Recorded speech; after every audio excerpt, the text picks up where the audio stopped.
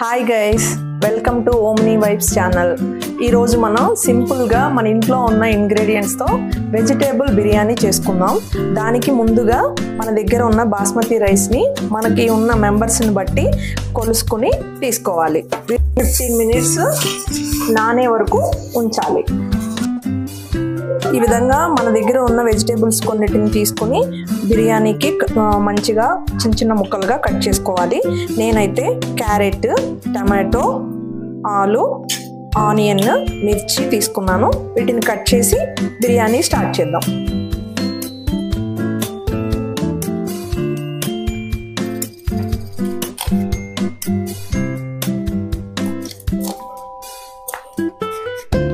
ఇప్పుడు అల్లం చిన్నులపాయ పేస్ట్ని తయారు చేసుకున్నాము. చిన్నులపాయని అల్లంని దీంట్లో వేసుకుని నూరుకోవాలి.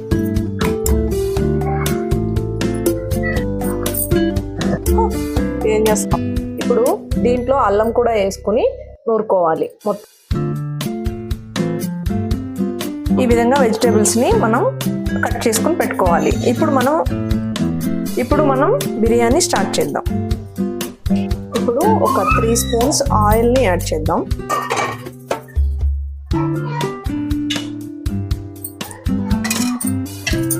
ఆయిల్తో పాటు కొంచెం గీని కూడా యాడ్ చేస్తే చాలా టేస్టీగా ఉంటుంది. ఒక 2 స్పూన్స్ గీ.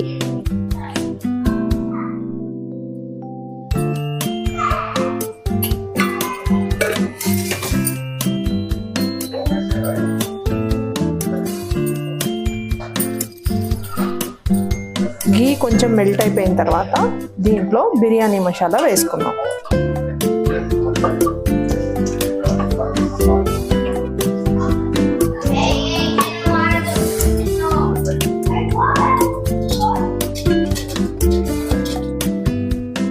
దీంట్లో కొంచెం చెక్క,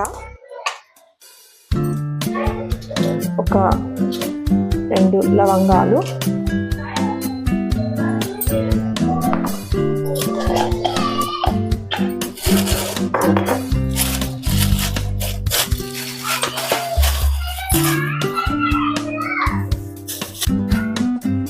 రెండు ఎలాచి,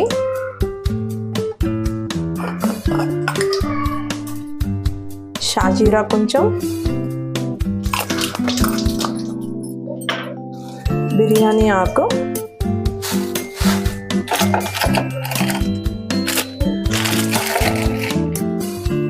వేసి కొంచెం వేగిన తర్వాత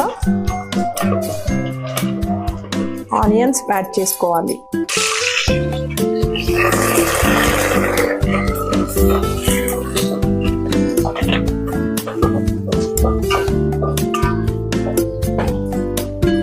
మనం ఆనియన్స్ని బాగా వేయించుకుంటే చాలా టేస్టీగా ఉంటుంది బిర్యానీ.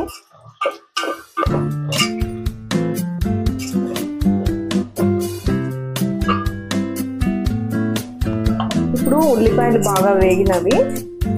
దీంట్లో కొంచెం అల్లం చిన్నులపాయ పేస్ట్ మనం ముందుగా నూరి పెట్టాం కదా, అది కొంచెం యాడ్ చేసుకున్నాము. ఇది వేగే వరకు తిప్పుదాం. ఇప్పుడు వెజిటేబుల్స్ యాడ్ చేద్దాము. మనం కట్ చేసి పెట్టుకున్న అన్ని వెజిటేబుల్స్ యాడ్ చేసుకుని ఇవి కొంచెం మగ్గిన తర్వాత రైస్ యాడ్ చేసుకోవాలి. ఈ వెజిటేబుల్ మగ్గడానికి కొంచెం సాల్ట్ వేద్దాము. రైస్లో కూడా మనకి సాల్ట్ అవసరం అవుతుంది. వెజిటేబుల్స్ మగ్గినాయి, మనం రైస్ యాడ్ చేద్దాం. దీనిలో ఫస్ట్ అయితే వాటర్ లేకుండా యాడ్ చేసుకోవాలి.